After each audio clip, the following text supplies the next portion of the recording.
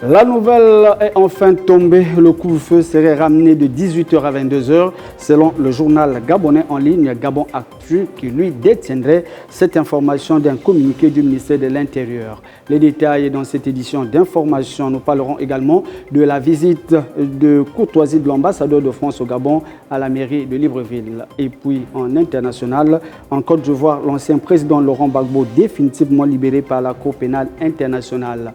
Une joie immense pour ses parents, amis et connaissances et surtout les membres de son parti politique qui ont organisé une grande manifestation à cette occasion. Voilà pour les titres. Bonsoir à toutes et à tous. Merci pour votre fidélité au programme de la radio-télévision Hermon.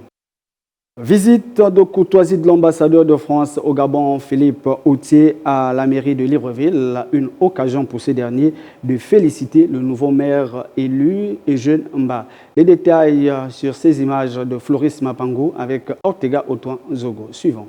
Quelques mois après son installation à la charge de la mairie centrale, l'édile de Libreville reçoit ce 1er avril l'ambassadeur de France au Gabon pour des échanges fructueux. Une visite qui lui aurait permis d'apporter ses vœux de succès à Eugène Mba. C'était l'occasion de faire connaissance puisque nous ne nous étions pas croisés jusque-là. Donc c'était d'abord une visite de courtoisie pour faire connaissance, pour féliciter le maire de son élection, c'est encore relativement récent, et pour lui présenter tous nos vœux de succès dans ses nouvelles responsabilités.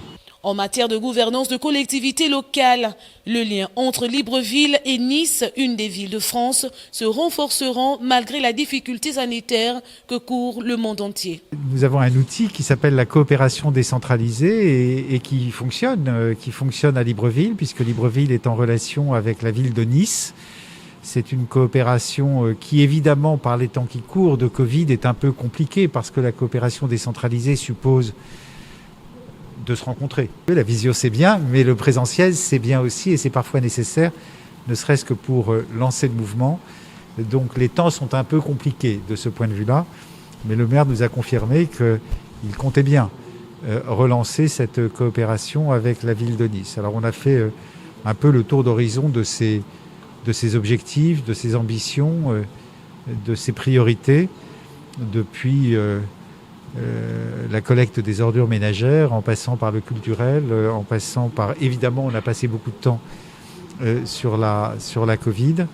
Une visite qui apportera certainement des fruits dans les différentes tâches auxquelles les deux exerceront. L'ambassadeur de France, à l'occasion, a tenu à annoncer la construction du siège de l'ambassade de France au Gabon qui sera opérationnel au courant premier trimestre 2022. Plus de précisions avec Ortega Otoin Zogo sur les images de Floris Mapango. Ça a été pour moi l'occasion de rappeler au maire que j'étais finalement un de ses administrés, mais que l'ambassade était aussi un investisseur à Libreville, puisque comme vous le savez, nous sommes en train de construire notre nouvelle ambassade qui accueillera l'ambassade, le consulat général et qui... sera a priori en ordre de marche dans un an. Donc je pense que le chantier est en cours, comme le savent tous les automobilistes qui passent sur le boulevard du bord de mer. Le chantier sera livré vers la fin de l'année et nous pourrons intégrer nos nouveaux locaux au premier trimestre de 2022, pour autant que l'avenir soit prévisible. Le tronçon Klondo-Carrière-Village Bakota-Igoué, un véritable casse-tête chinois pour les riverains, surtout en cette période de grande saison de pluie où les automobilistes, pour essayer de récupérer les dépenses sur les pannes mécaniques, sont parfois obligés d'augmenter le coût de transport. Ortega Otoin Zogo sur les images de Floris Mapango. Du carrefour Klondo à Igoumi en passant par Carrière au Vendo, l'état de la route laisse à désirer. La dégradation est si forte que les véhicules suburbains sont obligés d'emprunter d'autres stratégies pour ne pas abîmer leurs véhicules, à la grande désolation des usagers. On marche à cause de l'état de la route, les voitures n'arrivent pas à passer ici. Nous sommes obligés de marcher. La route, les clandos sont obligés de passer par Yaï. Par la Carrière, ils refusent déjà de passer. À cause de l'état de la route, ils sont obligés d'augmenter le tarif. Dès qu'il y a la pluie, on est obligé, les clandos n'arrivent plus à la carrière, on est obligé de marcher sur les rails. Les clandos passent déjà par ici, puisque la route est déjà goudronnée. Et nous, on est obligé de marcher. Vous voyez même ce véhicule qui passe là. Il y a des enfants qui partent à l'école, même à pied. Ben, nous avions expliqué ces doléances-là au ministère de Travaux publics qui ne fait même pas un souci, un geste de venir au secours à cette population délaissée. Des bourbiers, cratères, des multiples cailloux sur cette voie ne facilitent pas la circulation des véhicules, surtout en cette période pluvieuse. Les riverains se plaignent de l'augmentation du coût de transport. Nous sentons mal, des fois nous refusons, nous marchons, nous prenons les rails. Nous ne pouvons pas payer 200, 500 alors que c'était 200 au début. Des fois c'était d'abord à 200. Au fur et à mesure, ils ont monté 300. Des fois même c'est 500. C'est pourquoi nous sommes obligés de marcher. Quand il pleut, les clandomènes, parce que nous sommes transportés par des clandomènes, ils ne viennent pas, ils sont obligés de s'arrêter là-bas, comment on appelle ça, à la gare de Sétrac pour ne pas gâcher leur véhicule, parce que ce sont leurs véhicules. La preuve, vous venez de voir son état, et puis quand ces véhicules-là traversent cette zone-là, dans cet état de situation, ben, il perd son véhicule et c'est lui qui est le perdant. Il est obligé de s'abstenir. Les autorités compétentes sont vivement sollicitées à jeter un regard favorable. Je souhaite l'État gabonais, d'où il y a un ministère des Travaux publics en partenariat avec la mairie, doivent venir inspecter et voir. Le trajet Carrière-Igoumier, village Bakota, nécessiterait une cure de jouvence dans les jours à venir. Il faut le noter, cette voie enclavée est devenue une source d'inquiétude pour les riverains. Une note de santé dans cette édition d'information avec la campagne de vaccination lancée par les autorités de la République contre la Covid-19 qui est en train de poursuivre son cours normal. Néanmoins, les populations librevilloises voudraient que les sièges de vaccination soient délocalisés dans les différents quartiers de la capitale. On va retrouver Désiré Mbieningon sur les images de Boris Mikolo. La campagne de vaccination lancée par les autorités de la République pour lutter contre le coronavirus se poursuit normalement dans les grands centres de vaccination désignés et reconnus par le COPIL. À ce jour, aucune fausse note n'a été relevée ou du moins présentée par les agents vaccinateurs. L'engouement des populations à se faire vacciner est quasiment total, même si certains hésiteraient encore ou émettent des doutes sur la composition du vaccin chinois Sinopharm. Et nous n'avons pas la crédibilité de ce vaccin-là. C'est pas normal. Nous, ici, en Afrique équatoriale, là, l'Afrique équatoriale française, c'est eux. Eux-mêmes, ils tombent là-bas. Le chef d'État, Macron, a parlé encore ce matin. Hein? Il a parlé encore ce matin. Hier, il a parlé. Ce vaccin profite eux, pas nous. C'est à eux, c'est pas à nous. Donc, si le vaccin est déjà ici, à Libreville, au Gabon, nous ne pouvons pas se faire vacciner si le gouvernement n'est pas derrière, n'est pas devant nous. Nous ne sommes pas contents de ce vaccin. Déjà, même s'il est là, qu'eux-mêmes, ils se fassent vacciner. Il peut y avoir deux vaccins. Un pour eux et un pour les cobayes. On ne sait pas. Hein? C'est quel pays qui nous a envoyé ce vaccin? Le ministre de la Santé, lui-même, il est incapable de produire même les ampoules, les anivaquines. Ici, c'est interdit de fabriquer. Il ne croit pas à ça. L'OMS ne connaît pas ça. Est-ce que c'est l'OMS qui nous envoie ce produit-là? Est-ce que c'est les États-Unis? Est-ce que c'est la Chine? Est-ce que c'est l'URSS? C'est quel pays qui nous a envoyé ça? Peut-être que c'est un colis empoisonné, on ne connaît pas. On ne peut pas se faire vacciner comme ça là. Il est là, qu'eux-mêmes ils se fassent vacciner. Ils sont éternellement au pouvoir, ils n'avaient qu'à se faire vacciner eux-mêmes. Pour faciliter la tâche aux populations, certains souhaiteraient que les centres de vaccination soient délocalisés. Si on nous dit on vaccine même demain, même tout de suite là on va se vacciner papa. On a quel argent pour aller à l'hôpital? Je venais à la SNI sur place. Quand les gens viennent dans les tentes là on se vaccine, il n'y a pas de souci. Il n'y a pas de problème, on va se vacciner. C'est tout. Le vaccin n'étant pas une obligation, comme l'avait bien certifié le président de la République dans son allocution, certains riverains n'approuvent pas le fait qu'on leur demande de se faire vacciner. Le vaccin ne devait pas être une obligation. Pour éviter la confusion dans la tête des populations, il serait souhaitable qu'une grande campagne de sensibilisation soit mise en place par les autorités pour expliquer le bien fondé de se faire vacciner. La nouvelle tant attendue est finalement tombée, mesdames et messieurs. Vrai ou faux que le couvre-feu serait ramené de 18h à 22h et que les bars, restaurants et motels seraient autorisés à réouvrir selon un communiqué du ministère de l'Intérieur, nous cite Gabon Actu, un journal gabonais en ligne. Les détails dans ce reportage sur les images de Boris Mikolo. Suivant. La nouvelle est tombée comme une grande victoire pour les Gabonais après une année de confinement qu'ils qualifieraient d'endurci et qui est venue bouleverser le mode de vie de ces derniers, accoutumés à un certain rythme de vie. Depuis ce matin du 1er avril 2021 à Libreville, toute la ville est en liesse. Certains crient à la victoire. Mais d'où proviendrait cette victoire? En effet, selon Gabon Actu, un journal gabonais en ligne, le gouvernement de la République, par un communiqué du ministère de l'Intérieur, aurait ramené le couvre-feu de 18h à 22h. Pouvait-on lire dans ces colonnes? Une nouvelle vite récupérée par les internautes et qui a fait la une de l'actualité dans les coins et recoins de la capitale. Ceci à la grande satisfaction des habitants. Si déjà le couvre-feu est repoussé à 22h, c'est déjà une bonne chose pour les Gabonais que nous sommes. Parce que de 6h à 17h, c'était pas vraiment ça. Si le couvre-feu a été revu, et poussé à 22h, c'est une bonne chose pour le peuple gabonais. Parce que vraiment, le couvre-feu qui était à 20h, vraiment, c'était difficile pour le Gabonais. Et le coût de vie pour le peuple gabonais c'était tellement difficile. Donc, si le couvre-feu a été revu, c'est bon pour l'économie d'abord gabonais et le peuple gabonais peut s'épanouir à leurs besoins, à leurs occupations. Et pour ceux qui n'arrivaient plus à s'en sortir, vraiment, c'est une bonne chose. Vraiment, c'est un geste louable pour le peuple, pour l'État gabonais qui ont revu ces heures.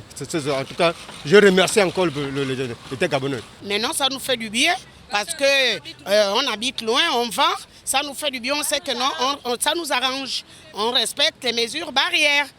Si on recule à 22 heures. Parce que quand on quittait d'ici, on partait en brousse très tôt et sortir vite parce qu'on avait un problème de clando. Donc il fallait qu'on sorte de la brousse à partir de 16h, 15h pour que nous allons arriver à domicile. Donc quand c'est déjà à 22h, on est d'accord.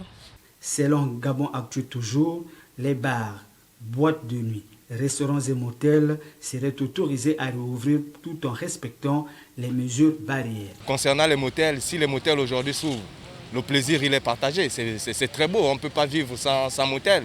Parce que ce sont des petits endroits qu'on aille au moins se défouler. C'est beau que les bars soient ouverts parce que c'est la seule distraction dont les Gabonais ils ont actuellement.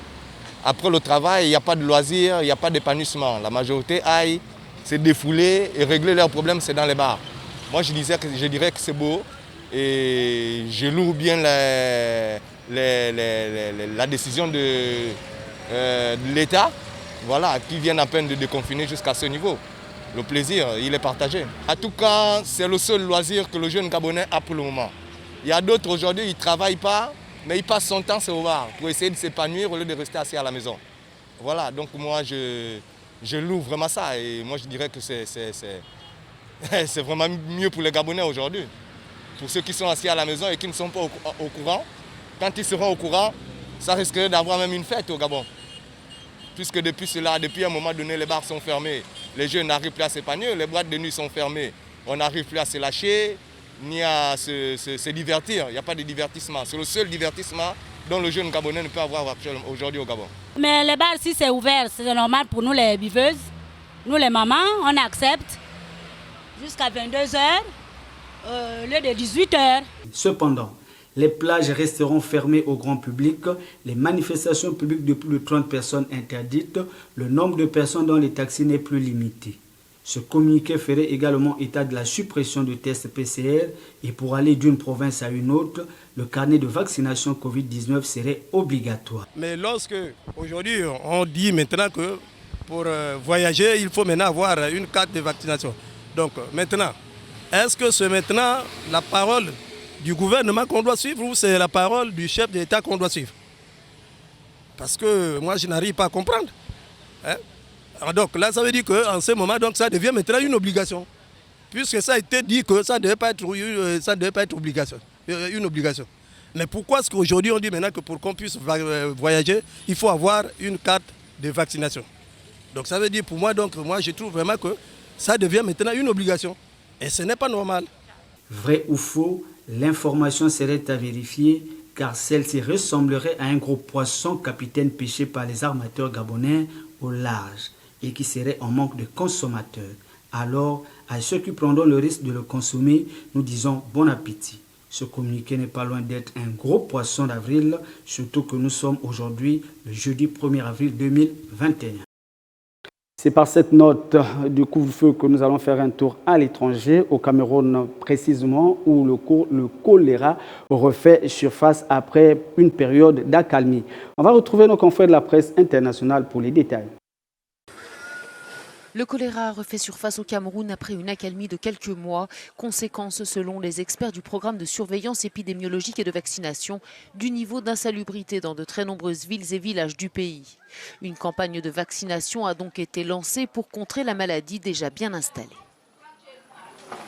Le choléra est une menace permanente au Cameroun et à l'heure actuelle, plusieurs régions sont déclarées à haut risque.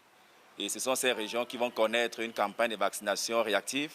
Nous avions la région du littoral, la région du sud et la région du sud-ouest. C'est à Douala que cette campagne de vaccination a débuté il y a quelques jours, là où le plus de cas ont été détectés, dont un mortel. Le défi pour les professionnels de santé qui œuvrent sur le terrain, convaincre les habitants de se faire vacciner et la pandémie de coronavirus ne leur facilite pas la tâche. Avec la Covid-19, les populations sont réticentes. On peut comprendre leur réticence. Mais la vaccination contre le choléra n'est pas une première au Cameroun. Le Septentrion, le Grand Nord, a connu déjà par le passé des campagnes qui ont été sans conséquences médicales sur la santé des populations. Tout au contraire, nous avons eu une baisse des cas de choléra depuis l'implémentation de cette campagne. Le vaccin contre le choléra utilisé pour cette campagne, il est sûr, il est efficace. Depuis mars 2020, au moins 1890 cas de choléra ont été détectés au Cameroun. La campagne de vaccination qui devait se terminer jeudi a finalement été prolongée. Et puis, on parle de la libération définitive de Laurent Gbagbo par la Cour pénale internationale. Une nouvelle très bien accueillie par ses parents, amis et ses connaissances et surtout les membres de sa formation politique qui ont organisé une grande fête à cette occasion. Pour les précisions, retrouvons nos confrères de la presse internationale. Le champagne est sabré pour l'occasion. Parmi la foule, des proches, des membres de son parti, des anonymes, tous tenaient à être là pour fêter la libération définitive de l'ex-président. Du fait de la libération de mon président Laurent Gbagbo, je suis plus que heureux et toute la Côte d'Ivoire, elle est heureuse. C'est pourquoi nous sommes en train de nous réjouir. Mais c'est la joie. La Côte d'Ivoire est totalement libre. Parce que sans Gbagbo, il n'y a pas de réconciliation à Côte d'Ivoire. La réconciliation, tous ont le mot à la bouche, au quartier général du parti de Laurent Gbagbo. Son retour en Côte d'Ivoire serait le chaînon manquant pour y parvenir. L'espoir du retour de Laurent Gbagbo est un espoir en la réhabilitation de la démocratie, un espoir en la réconciliation de tous les Ivoiriens, un nouvel élan pour la Côte d'Ivoire. Mais l'ambiance est très différente du côté des victimes de la crise post-électorale. Cette nouvelle leur a fait l'effet d'un coup de massue. Les victimes estiment qu'ils ont été les dindons d'une farce judiciaire. Et par conséquent, elles refusent d'être les victimes de l'incompétence du bureau du procureur. C'est pourquoi elle appelle la justice pénale ivoirienne à recouper les incidents survenus en Côte d'Ivoire qui n'ont pas été traités par la Cour pénale internationale et d'ouvrir un nouveau procès. Laurent Gbagbo est toujours sous le coup d'une condamnation ici en Côte d'Ivoire à 20 ans de prison pour l'affaire dite du braquage de la BCEAO. Avant qu'il ne puisse vraiment envisager de rentrer, il va devoir négocier avec les autorités. Avant que de se dire au revoir, les Tigréens qui ont fui la guerre reçoivent de l'aide au nord de l'Éthiopie. Presse internationale pour les détails. Chaque jour, à Shiré, dans le nord de l'Éthiopie, L'espoir d'une nuit calme et d'un repas chaud arrive par ces bus chargés de vivres et de matelas. Une aide destinée aux réfugiés qui affluent chaque jour dans les villages. Parmi eux, Wahas, une mère de famille.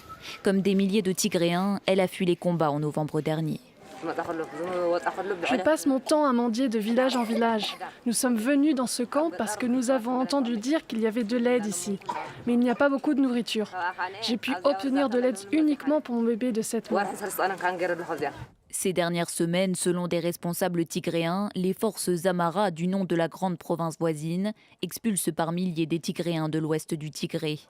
L'ethnie Amhara, deuxième plus nombreuse du pays, cherche désormais à reconquérir certains territoires revendiqués par la minorité tigréenne. La guerre menée depuis novembre 2020 par les troupes fédérales éthiopiennes dans cette province a réveillé des rancœurs enfouies et engendré de nouvelles violences interethniques. La zone ouest du Tigré est occupée par les milices Amhara et les forces spéciales. Elles forcent les gens à quitter leur maison. Nous pensons que c'est inacceptable, parce que ce n'est pas seulement une question de déplacement, c'est une question de droits de l'homme. Washington a dénoncé des actes de nettoyage ethnique au Tigré, des massacres qui auraient été notamment perpétrés par les forces érythréennes, mais aussi par certaines milices Amhara. Selon les autorités locales, plus de 45 000 réfugiés ont fui l'ouest du Tigré ces dernières semaines. Voilà, c'est par cette note de la presse internationale que nous mettons un terme à cette édition d'information dont j'ai eu le plaisir de vous présenter. Mais avant que de se dire au revoir, le rappel des titres. La nouvelle est enfin tombée. Le couvre-feu serait ramené de 18h à 22h selon le journal gabonais en ligne Gabon Actu qui lui détiendrait cette information d'un communiqué du ministère de l'Intérieur. Vous avez eu les détails dans cette édition d'information. Et puis, on a parlé également de la visite de courtoisie de l'ambassadeur de France au Gabon à la mairie de Libreville. Enfin, en Côte d'Ivoire, l'ancien président Laurent Gbagbo, définitivement libéré par la Cour pénale internationale. Une joie immense pour ses parents, amis et connaissances, surtout les membres de sa formation politique qui ont organisé une grande fête à cette occasion. Si vous nous avez suivis, merci, mais c'était surtout grâce à la dextérité de toute l'équipe de la rédaction et de la technique qui m'ont accompagné pour arriver chez vous. On va se dire au revoir et à demain, 20h. D'ici là, portez-vous bien. Ciao.